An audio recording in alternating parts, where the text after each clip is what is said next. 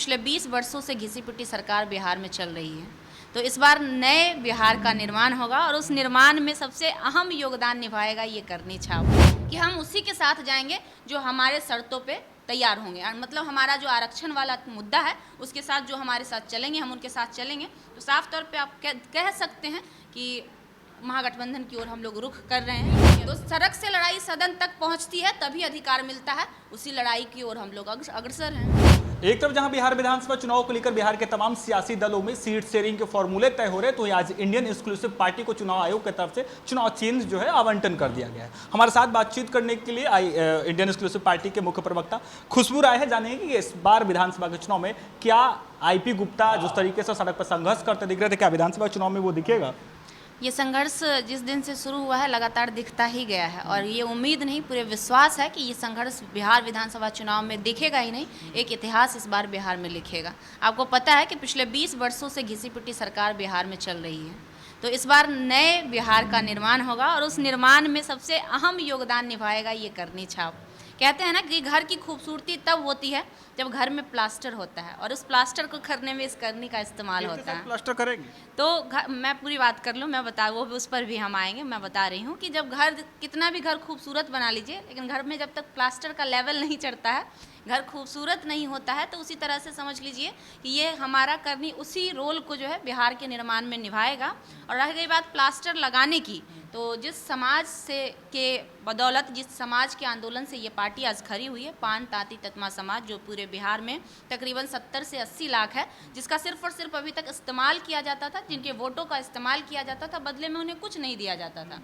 बहुत शिद्दत से, बहुत दिक्कत से एक बार जाके नीतीश कुमार जी ने आरक्षण दिया भी, तो फिर छीन लिया गया, सुप्रीम कोर्ट ने उन्हें रद्द कर दिया है। लेकिन हमें लगता है कि NDA सरकार नहीं चाहती है कि उन्हें आरक्षण फिर से मिले, क्योंकि अगर वो चाहती कि उन्हें आरक्षण मिले तो जिस हिसाब से IP गुप्ता जी ने गांधी मैदान भरा था, उन्होंने अपनी वीर दिखाई थी, अपनी ताकत दिखाई थी, तो उन्हें वापस करना चाहिए था या उस पर बात प्रोसीड करनी चाहिए थी। लेकिन अब तो चुनाव आ गया, आचार संहिता लग गया, अब तो वैसे भी नहीं मिल सकता है। मिलने की प्रक्रिया होगी भी अब तो वो चुनाव के बाद ही पॉसिबल है, चुनाव इस बीच तो पॉसिबल नहीं है। तो देना रहता तो अब तक वो दे चुके होते। और हमारे पार्टी के राष्ट्रीय अध्यक्ष का साफ तौर पे कहना है कि हम उसी के साथ जाएंगे जो हमारे शर्तों पे तैयार होंगे। मतलब हमारा जो आरक्षण वाला मुद्दा है उसके साथ जो हमारे साथ चलेंगे, हम उनके साथ चलेंगे। तो साफ तौर पे आप कह सकते हैं कि महागठबंधन की ओर हम लोग रुख कर रहे हैं, क्योंकि अभी तक NDA ने इस बात का दावा नहीं किया है कि वो हमें आरक्षण देगा। इस्तेमाल हुआ महागठबंधन पर विश्वास कर रहे हैं।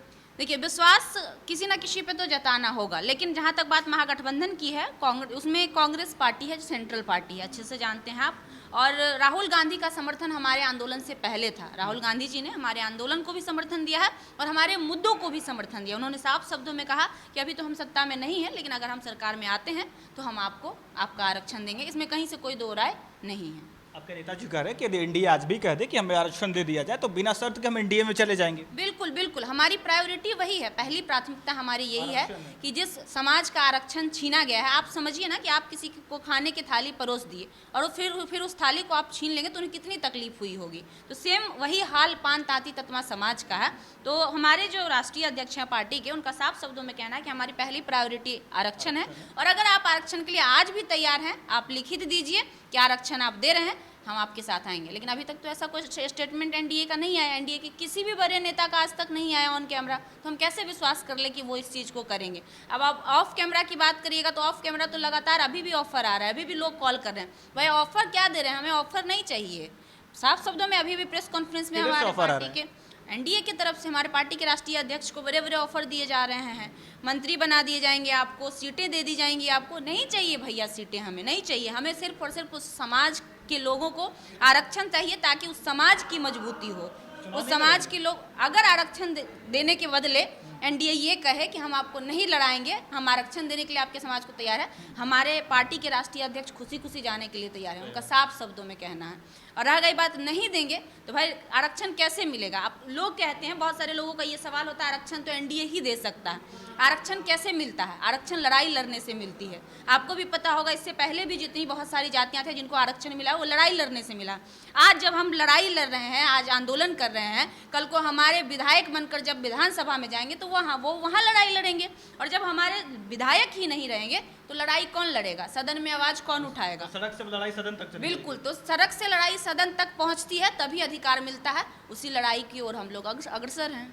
तो आपने सुना, देखिए किस तरीके से इंडियन एक्सक्लूसिव पार्टी की तरफ से कहा जा रहा है कि अब ये लड़ाई सड़क पे नहीं बल्कि सदन में लड़ी जाएगी। फिलहाल के लिए इतना ही, आप देखते रहिए न्यूज़ फॉर नेशन। सूरज की पहली किरण के साथ जाग उठा बिहार, हर मत बने नई उम्मीद, हर कदम जिम्मेदारी। न्यूज़ फॉर नेशन की अपील, 6 और 11 नवंबर को घर से निकलें, वोट करें और अपने भाग्य विधाता खुद बने।